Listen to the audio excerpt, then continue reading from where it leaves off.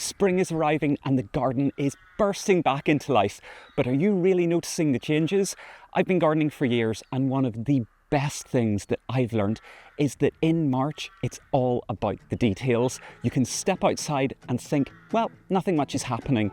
Or you can take a closer look and suddenly you see that the season is transforming in front of you. If you love seeing gardens come to life in spring, you're in the right place. You're in my garden.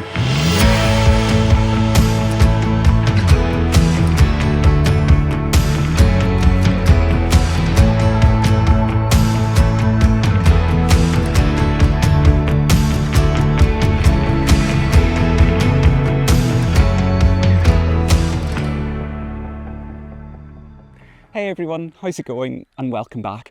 In today's March garden tour, I'm going to take you through, well, I suppose some of the most exciting changes that are happening right here and right now. From flowering trees to fresh growth in my fruit tree guilds, productive beds, greenhouse seedlings. There's loads to show you. So come on, let's go take a look.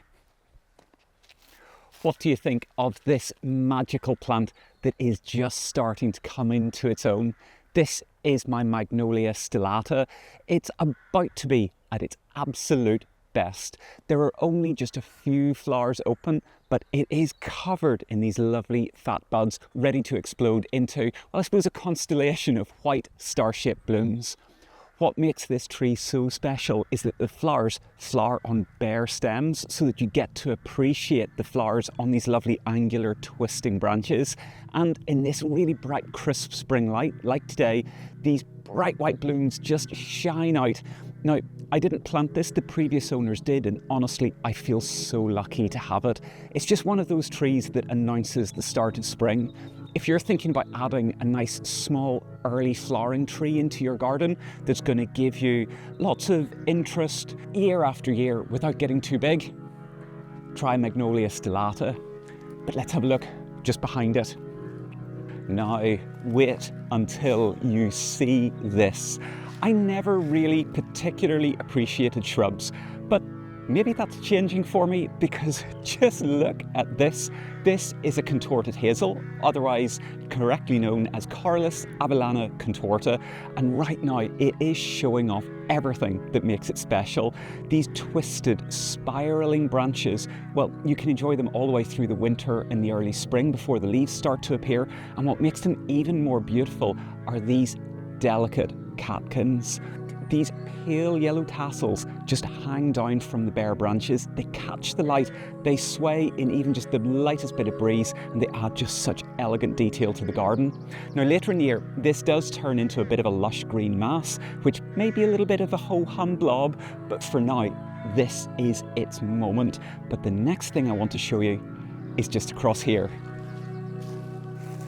Sometimes the best thing that you can do for a plant is to chop it right back. This Mahonia was towering about, well, maybe 15 foot high, but because it was surrounded originally by a low hedge, it had just become really leggy and stretched out. So as you can see, I've taken serious action. I have cut it back hard. And one of the best things about Mahonias is that it reshoots from old wood. So even though at the moment it looks pretty chopped up and bare, I know that it's going to come back stronger, bushier, and better than ever. That way, the really interesting, spiky, tough leaves, the bright yellow flowers in autumn, and the berries, they can all be enjoyed at eye height as opposed to having to look really high up. Renovation pruning on shrubs that have really just grown too big or unruly can really be transformative. It might not look great now, but I'm sure that in a few months, this is going to be more compact and productive and full of life. Every year, this tree is what tells me that spring has arrived in my garden. This is my wedding cake tree, Cornus controversa variegata, and I always watch it so closely for those first signs. Some years it doesn't come into leaf until mid-April, but look at it this year. The first leaves are already starting to appear. Now, I have mixed feelings about this tree because although I do love it, it's a really unfortunate shape, and I've been debating over the last few months about taking it out, and yet every time I see these acid green leaves emerging, I change my mind. This tiered shape, the red stems, the soft new foliage, it's just too special to part with. Look even closer into the center and you can see these little flower clusters forming. How cool is that? If you're after a proper statement tree with really nice, stunning layered growth, this is a fantastic choice. Now, for now, it's staying, and I can't wait to see it fill out and bloom over the next few weeks. I'm planning a wraparound planting scheme that's going to stretch all the way around my front garden, all the way around the house and all the way around to the back garden. A massive project, and I've been using the Mosier 2 Pro to save me a huge amount of time in 3 key ways. First up, measuring long distances is just effortless in comparison to, struggling with a really long tape measure or something like that. Instead, using the Mosier 2 Pro, I can simply walk along where I need to measure, setting it down periodically, and it records everything automatically and instantly. What would take me ages manually is truly done in seconds, so it saves so much time and, more importantly, so much frustration. Do you see how the land here isn't flat in my garden? Well, next up, the Mosier 2 Pro measures in true 3D, so it captures height and elevation changes, not just flat 2-dimensional distances. This is a total game changer, believe me. It does all of the hard work for me.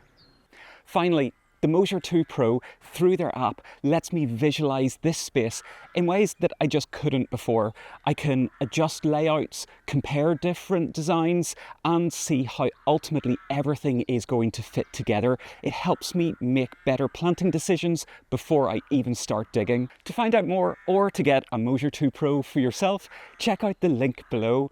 Mosier have really kindly provided me with a discount code that I can pass on to you, so that when you go to make your purchase, make sure to include that discount code X8Niall. In just a few weeks, this tree is going to be completely transformed. This is my crabapple and one of my favourite things in the garden. Soon it's going to be covered in lovely pale pink white cherry blossom. Not cherry blossom, apple blossom.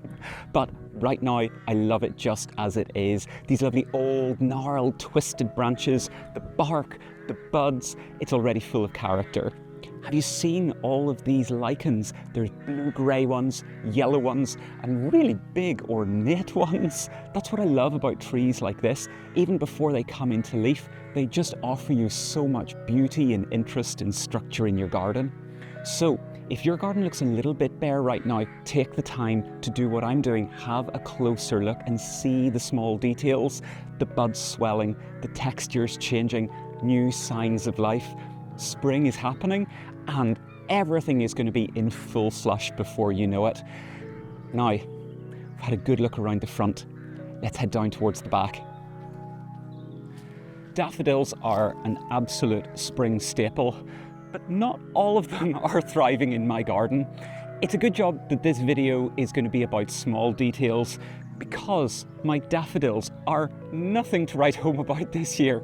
Most of them, sadly, they're just past their best. They're producing loads of leaves, but barely any flowers, and that's a sign that they're getting too old and congested, and they're either in need of dividing or, I think in this case, replacing.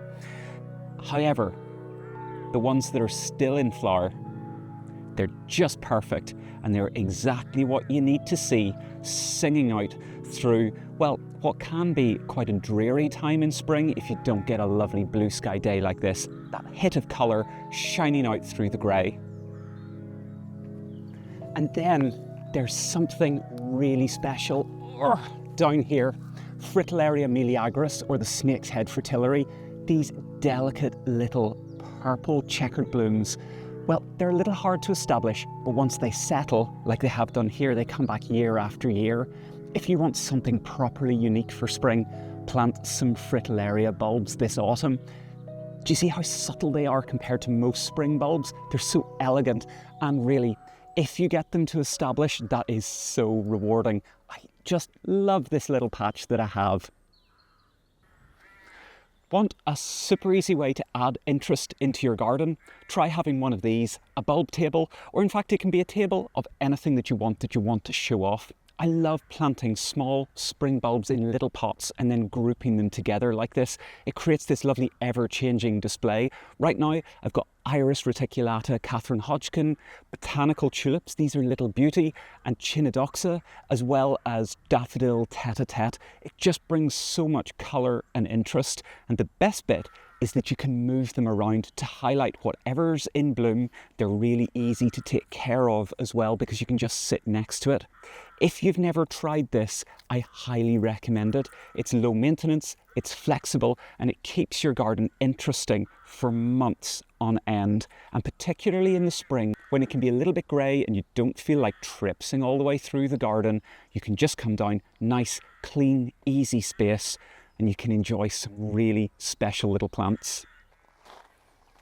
The fruit tree guilds, well, things are really starting to wake up here.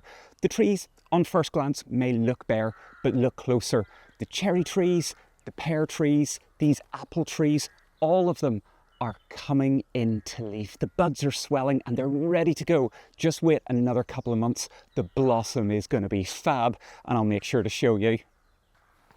Now, even though things may seem quiet in the guild garden right now, because I didn't fill it chock-a-block full of winter veg this year, lots is still happening.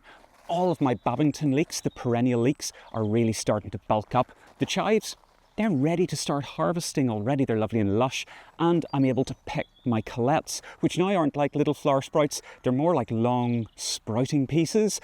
And this year I've been enjoying this forced rhubarb, which is just so succulent and sweet. The perennials, they're pushing through the mulch. It is all happening. All systems go. In the greenhouse, seed starting season is in full swing. These are my peas, Douce Provence. I've got kale, sprouting broccoli, celeriac, salad seedlings, all growing and waiting to get out into the ground. I can't wait to get these moved out of here and into a bit of soil. By the way, if you struggle with your seed starting, check out this video for what I think are the biggest reasons and mistakes that your seeds aren't germinating. Hopefully you're going to find it useful. Now, these are so ready to go. I think I might do them pretty much right now. That's my March garden tour, full of exciting details and signs of spring. Thanks so much for coming along with me. I love sharing my garden with you. But tell me, what's changing in your garden this month? Make sure to drop me a comment down below and let's share what's happening. And until next time, see you later.